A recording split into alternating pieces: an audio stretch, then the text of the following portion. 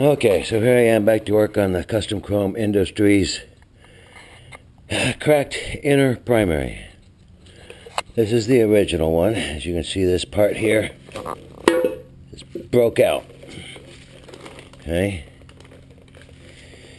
and in the previous videos, we took and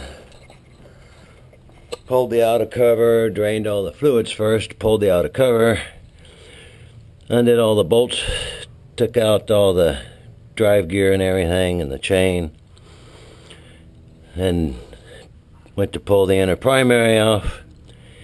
And in order to get it off, you had to undo the two bolts holding the starter on from the back, but in order to get to those, had to remove the seat, the battery, and the oil tank to get to those two bolts. And then once that was done, got the whole inner primary off.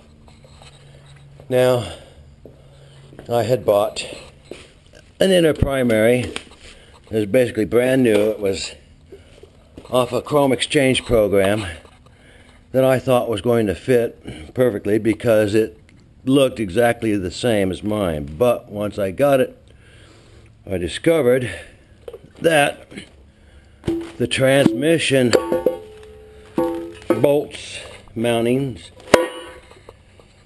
is different. On the RevTech, you see it comes around here. It's got this extra little added piece here. It's got two here that are not there.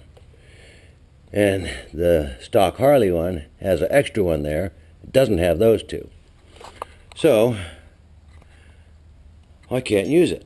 So what did I have to do? I had to go order one specifically for the Custom Chrome bike. Brand new. And as you can see, it is exactly the same as the old one for the transmission mounts.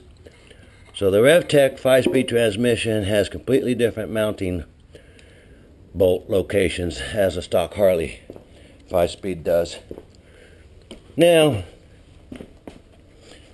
I can go ahead and save this just in case I ever need an oil seal for the back, because that oil seal is perfect. It's still brand new. This oil seal in here is brand new. These bearings are brand new. I've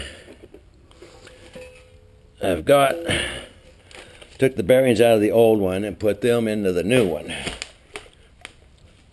I contemplated taking the bearings out of the stock Harley one and using them, but the RevTech bearings actually look like they are better made than the Harley bearings. They look like there's more actual rollers in them here than the stock Harley ones. So I just went ahead and used the original one out of there. Now the gasket set I got has a brand new oil seal for here, for the backside here and here. And I'm going to go ahead and use those because they're actually a better design than these old ones here are. But I will go ahead and pop them out and save them just in case I ever need them. And I don't know what I'll do with that. Maybe I'll put it on eBay and try and sell it to somebody else. The other thing too is the starter jack shaft hole is smaller than mine. My starter jack shaft is much bigger on the RevTech starter than it is the stock Harley starter. So actually I won't be able to use that seal because of that, but I would be able to use this seal and those bearings. So I'll take them out and save them for the future just in case I ever need to replace them. It's like $40 for that set right there of stuff. And so there we are. Today's project is going to be getting the oil seals put in, putting in the adjuster here for the chain, adjuster mount, and seeing if I can get the inner primary back on the bike. So, see y'all later. Okay, so here we are. I've replaced the oil seal here for the starter shaft. So you can see the new one is metal with rubber. The old one was all rubber with just a little metal band around it. Okay, so that's supposed to be a better design. It was a very tight fit. In order to get that in there, I had to lube the hole, of course. Put this in the freezer for about an hour to get the metal contract as much as possible. Got it about halfway in by just slipping it in my hand, and then the rest of the way I had to use a 13/16 socket on the, put that in there and use the little hammer and just finish tapping it on down in until it was flush. Now on the other oil seal, comes in on the back side. The old one, as you can see, was just all rubber and just press fit in. The new one is a combination of rubber and metal, and then rubber with a little piece of wire thingy there, and it was a very tight fit. So I took and did basically the same thing, stuck it in the freezer for about an hour, lubed the hole, got it in there as far as I could, and then just used a rubber mallet to just gently tap around until I finally got it seated. So, oil seals in there, and oil seals in here. Next up is going to be installing the little mount there for the chain tensioner. So, see you in a bit. Okay, I got the chain tensioner mount installed, Loctited both the screws there.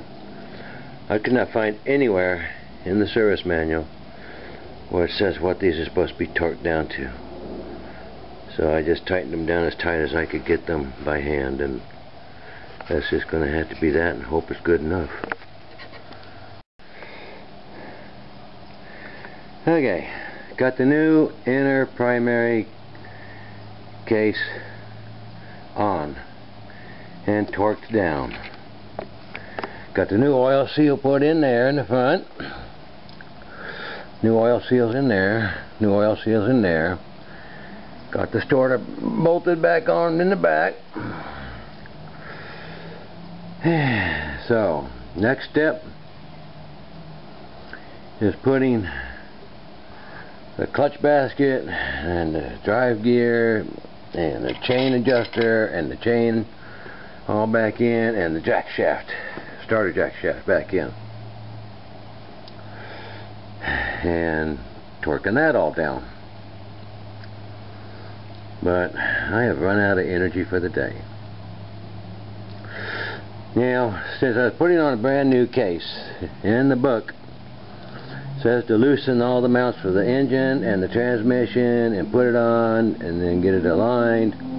After you put the drive gears all back in, you got to use a straight edge, measure it and everything, make sure everything's all lined up properly and adjusted right, and then you can torque the engine and transmission back down.